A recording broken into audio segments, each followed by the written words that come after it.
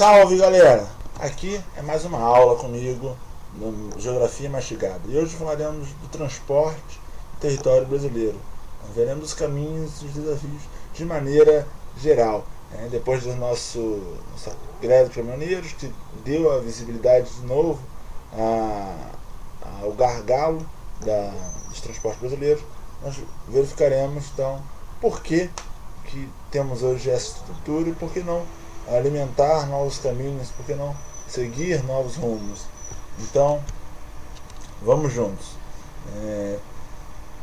Primeiramente, no Brasil, nós temos o território posto, o território banal, assim dizer. Temos que, majoritariamente, o Brasil é intercortado por rios de dimensões caudalosas, muito grandes, e rios menores. E a partir da colonização fomos criando comunicações, fomos interligando pontos. E pontos estes para escoamento. Então, historicamente, o Brasil foi um país, ainda é um país, que tende a exportar seus produtos. Então, as vias serviram para exportação. Então, interligando o interior com a parte atlântica, o litoral atlântico do Brasil. E temos então essa concentração litorânea e majoritariamente concentrada na região sudeste, centro-oeste, sul, pelos fatores locacionais da família real, pela produção econômica cafeeira, pelo agora o boom da soja, pelas petrolíferas, pela própria concentração política no sudoeste, no Rio de Janeiro, em São Paulo, agora Brasília, tentando interligar mais uma vez, fazendo uma tríplice com o centro-oeste, sudeste, e o sul, como um boom econômico, vem se interligando cada vez mais com o sudeste. Então, esses fatores, e o nordeste ficou um pouco, depois do ciclo do açúcar, um pouco para trás, e vem hoje se reestruturando novos caminhos também para exportação.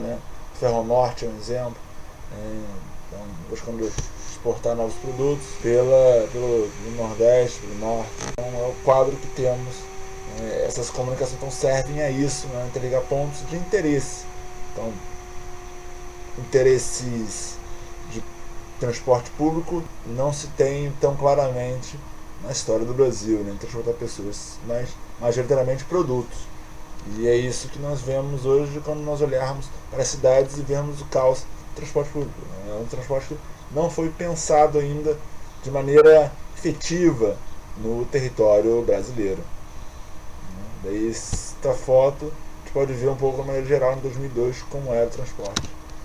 E daí os fatores físicos do Brasil são bem simples de verificar. Pegar um mapa do BGE, a gente pode observar que fatores latitudinais tendem a ser um pouco mais homogêneo no centro-oeste, nas regiões litorâneas, mas se pegarmos leste-oeste, a discrepância é enorme, então temos muitas variações.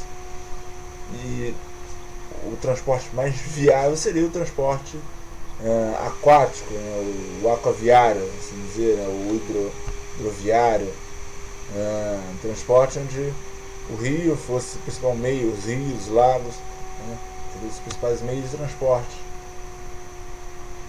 Contudo, tem seus próprios custos, suas próprias tecnologias, que dependem para maior fluxo, dependem da capacidade que se queira transportar.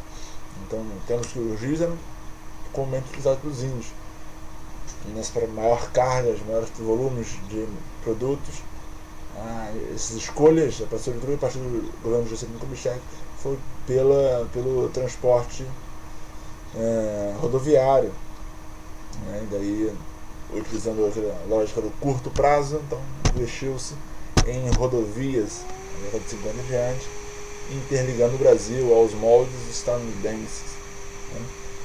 Então tem o fator físico, como descrevi, latitude, longitude, fator tecnológico, fator que se conhece, né?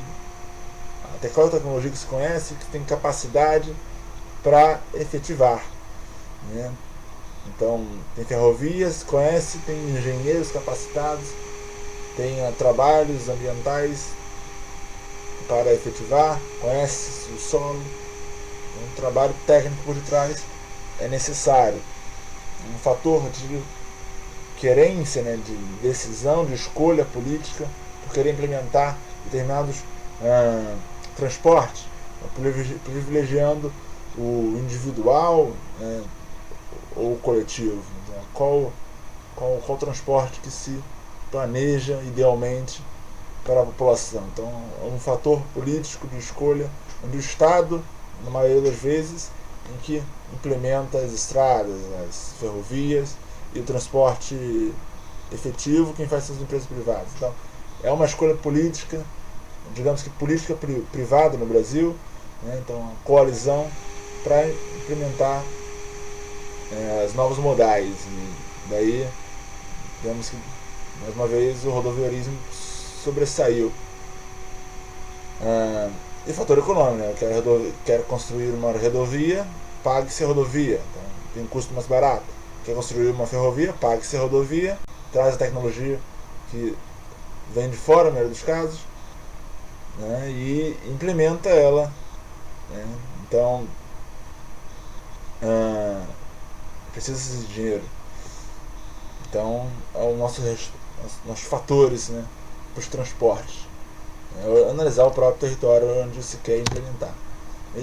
Então, historicamente, como eu falei, o Brasil transporta produtos. Então, temos que 60%, 65% hoje, da carga transportada por rodovias. Uma escolha feita e hoje nós temos os frutos, né? Então, se tivermos a paralisação dos caminhoneiros, teremos a total paralisação das metrópoles. Depende sobremaneira dos transportes rodoviários. Né? Depois temos transportes por ferrovias, que é apenas 21%, e majoritariamente para exportação para os portos, os portos marítimos, né, brasileiros. Temos as hidrovias, são usadas em 14%, temos uma subutilização das hidrovias, ou aquovias, né? E aerovias para transportar carga estão só apenas 0,4%. É mais utilizada para o transporte de pessoas.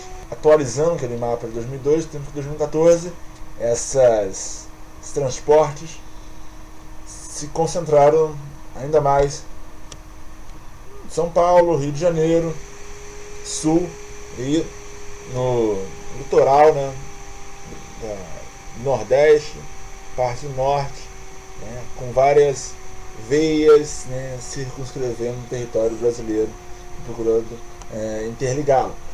Temos isso porque construir rodovias na região sudeste, porque lá está os fatores econômicos, né? As pessoas precisam se comunicar de alguma forma, precisam transcorrer, daí gera-se a demanda para a construção dessas estradas, dessas rodovias, ferrovias, aeroportos, portos. Daí temos região concentrada como a região sudeste, né?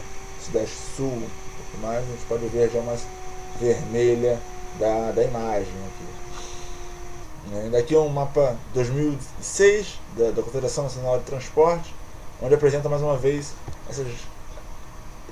cada uma delas, né? Então cada transporte, cada malha de transporte brasileiro identificado no território. Então, mais uma vez, a região concentrada, a região sudeste, temos um avanço para o centro-oeste e uma interiorização do nordeste aqui, das rodovias. Então, partindo das capitais para as partes interioranas, e uma parte salvaguardada, que é a parte norte, do nosso Brasil.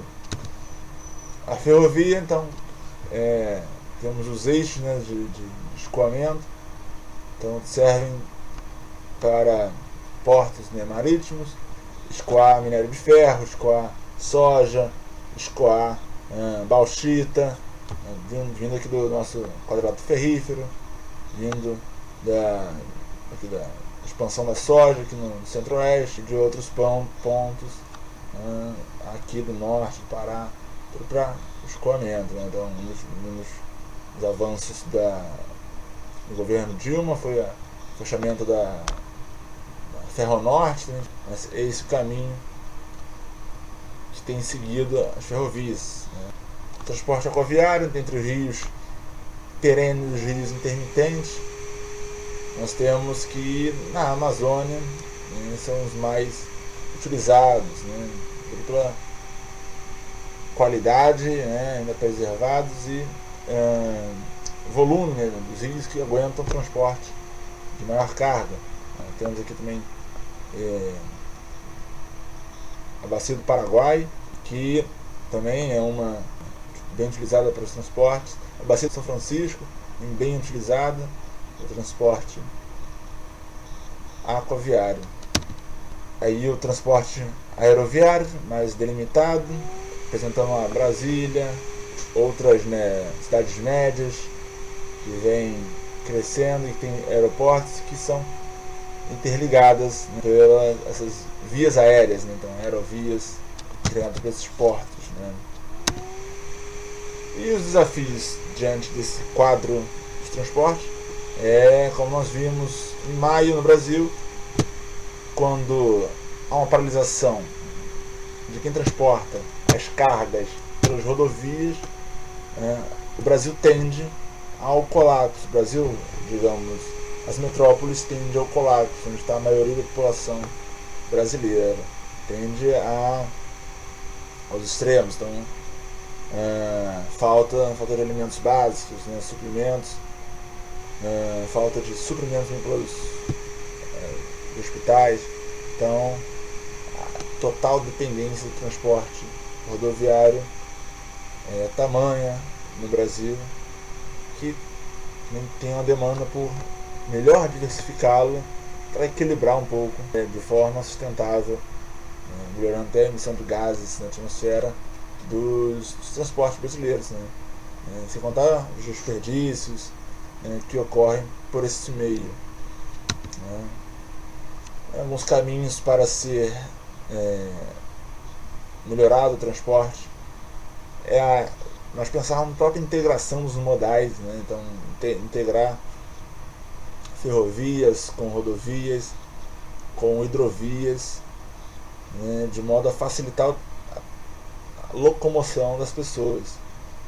Então, pensar esse transporte público é uma das vertentes que modernamente a nossa democracia, né, precisa ser feito. Né? Nossa república não foi feita, então precisa repensá-la para a própria efetivação da cidadania. Né? Os trens de alta velocidade para interligar metrópoles. Aí nós temos visto a interligação, o movimento de interligar São Paulo com Rio de Janeiro. Seria o primeiro TAV no Brasil, exemplo dos países europeus. Tivemos também os retorno dos bondinhos, do VLT, nas Olimpíadas Brasileiras. E por último temos também os veículos com combustíveis alternativos, são os veículos movidos por energias elétricas e solares. A longo prazo, um retorno inestimável para o bolso do usuário. Mas a grande questão é que rodam, se não me engano, 100 km apenas, corre-se o risco de, no meio do transporte, correr algum problema, ficar na mão, dependendo de peças, né, daí ficar na mão também, tendo que recorrer a produtos que só tem uma fontes caras, pela oferta e demanda. Então ficaria, de certa forma, preso esses veículos hoje, mas tendem a ser cada vez mais facilitados. É isso. Muito obrigado.